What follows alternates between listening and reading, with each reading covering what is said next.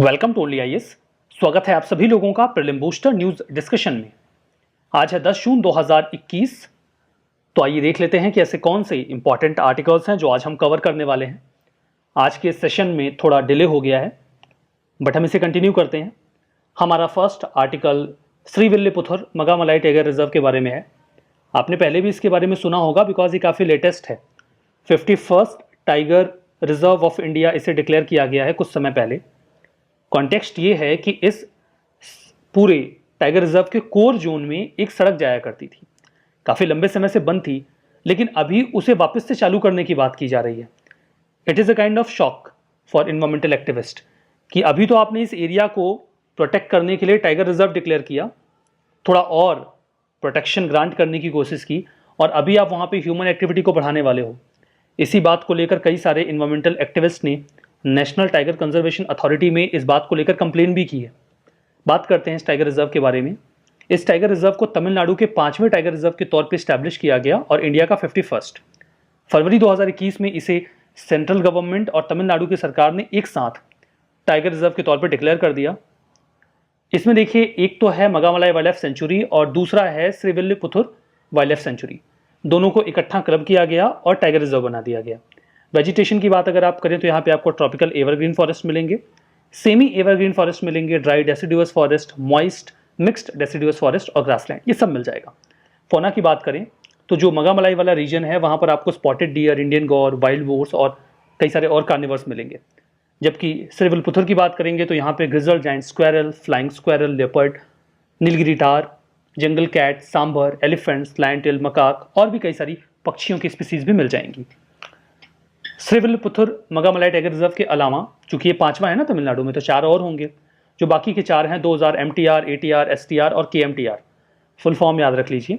Mudumalai tiger reserve, Anamalai tiger reserve, Sathyamangalam tiger reserve और Kalakkad Mundanthurai tiger reserve. ठीक है, मुंडनथुरई टाइगर रिजर्व, KMTR। हमारा next article organisation for prohibition of chemical weapons के बारे में है, OPCW। कॉन्टेक्स्ट ये है कि OPCW ने, जिसके ऊपर जिम्मेदारी है केमिकल वेपन कन्वेंशन की देखरेख करना, उन्होंने यूनाइटेड नेशन सिक्योरिटी काउंसिल को इस बात की जानकारी दी कि उन्हें ऐसा लगता है कि सीरिया ने 17 केसेस में केमिकल वेपन्स का इस्तेमाल किया है, या फिर वो श्योर हैं कि 17 केसेस में केमिकल वेपन का इस्तेमाल किया गया है। वैसे ये 2 वर्ड्स एक साथ यूज करने की आवश्यकता नहीं थी। कंफर्म हो तो बता दो और नहीं तो बोल दो हमको डाउट है, लगता है, दोनों, लाइकली और definitely, I don't know why, but ठीक है।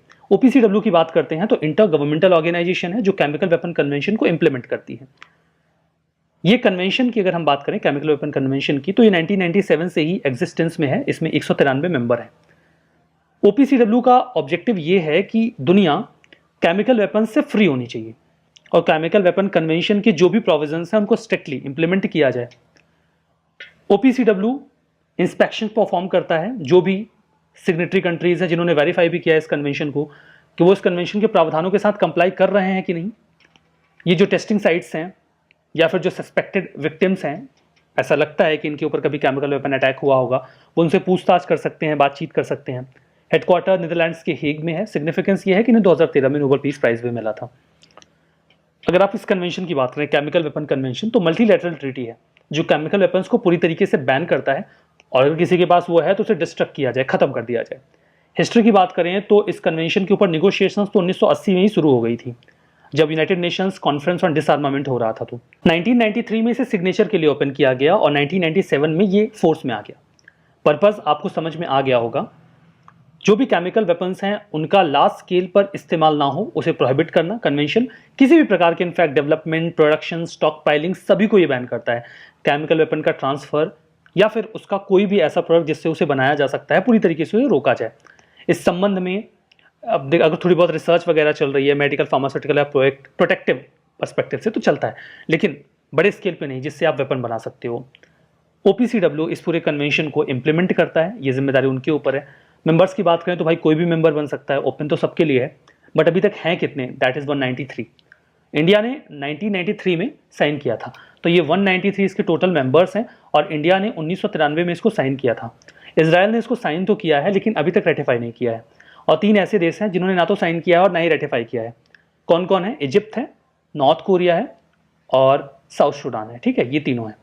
सिग्निफिकेंस की बात करें, इसमें एक बहुत बढ़िया सा प्रावधान है लाइक कंट्री ए को ऐसा लगता है कि कंट्री बी के पास केमिकल वेपन हो सकते हैं, तो वो OPCW से ये बोल सकता है, रिक्वेस्ट कर सकता है कि आप इनके यहाँ एक सरप्राइज इंस्पेक्शन कर लो।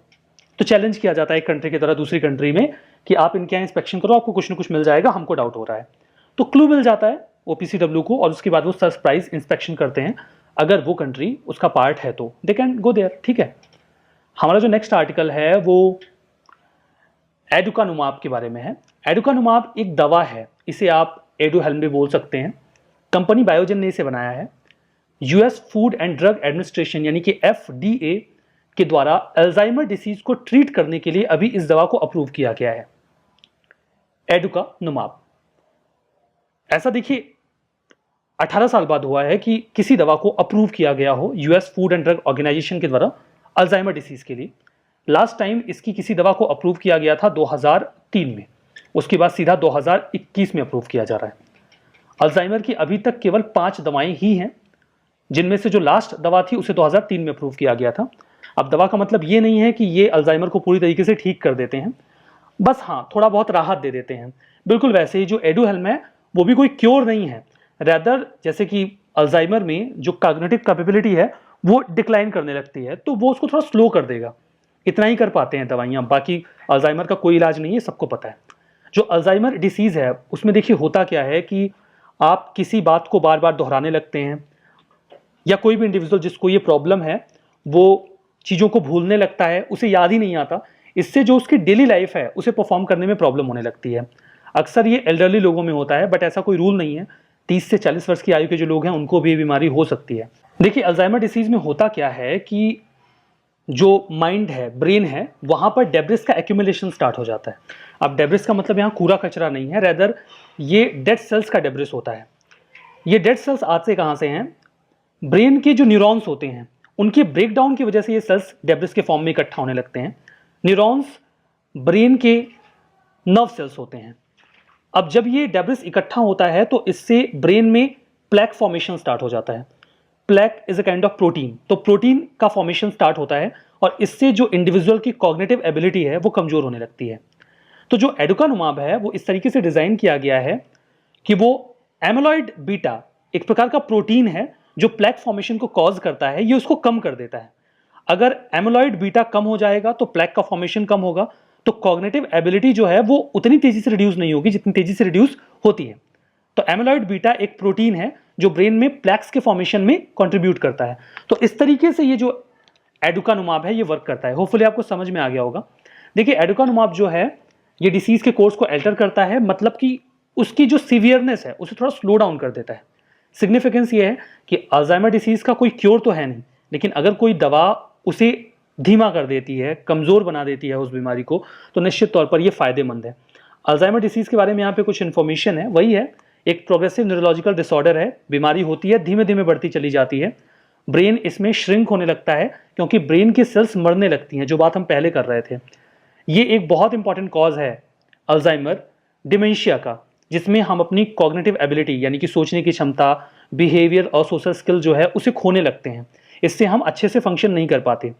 कॉज देखिए बताया जाता है कि अगर प्रोटीन्स का एब नॉर्मल डेवलपमेंट स्टार्ट हो जाए हमारे दिमाग में, ब्रेन सेल्स के आसपास, तो ये प्रॉब्लम स्टार्ट होती है। कौन सा प्रोटीन ऐसा हमारे साथ करता है जिसकी वजह से ये बीमारी होती है? दैट इज एमिलॉइड, जिसकी अभी हम बात कर रहे थे। वही तो जो प्लेक्स हैं उनको बनाता है, जिससे सारी प्रॉब्लम क्रिएट होती है। तो एमिलॉइड है जो कि प्लैक फॉर्मेशन करता है ब्रेन सेल्स में और उसके बाद प्रॉब्लम क्रिएट होती है। एक और प्रोटीन है जिसका नाम ताऊ है, वो भी ब्रेन सेल्स को उलझा देता है, जिसके बाद ये प्रॉब्लम शुरू हो जाती है। तो ये दो प्रोटीन्स हैं जो अल्जाइमर को कॉज करते हैं। वही बात है कि ओल्डर जो एडल्ट्स हैं उनमें प्रॉब्लम ज़्यादा होती है, बट 30 से 40 साल के व्यक्ति को भी ऐसी समस्या हो सकती है। हमारा नेक्स्ट आर्टिकल सुरक्षित हम सुरक्षित तुम अभियान के बारे में है। नीति आयोग और पिरामल फाउंडेशन ने सुरक्षित हम सुरक्षित तुम अभियान को लॉन्च किया है 112 एस्पायरेशनल डिस्ट्रिक्ट्स में। क्यों लॉन्च किया है? ताकि आप अकेले हम अकेले तुम फील ना करें, और अगर आपको कोई प्रॉब्लम है कोविड के पूरे केस में तो आपको मदद मिल सके। It is a kind of campaign जिसमें 20 लाख लोगों को Covid home care support provide करवाया जाएगा। अब आप अकेला फील नहीं करेंगे। इस अभियान को एक स्पेशल इनिशिएटिव के पार्ट के तौर पे लॉन्च किया गया है, that is aspirational district collaborative. यहाँ पे वो local leader, civil society, volunteers की मदद से जो एस्पायरेशनल डिस्ट्रिक्ट है वहाँ पर की प्रॉब्लम्स को सॉल्व करने की कोशिश करते हैं। नाउ ये प्रोग्राम भी उसका हिस्सा बन गया है। यहाँ पे डिस्ट्रिक्ट मजिस्ट्रेट जो हैं वो इस पूरे प्रोग्राम को लीड करेंगे।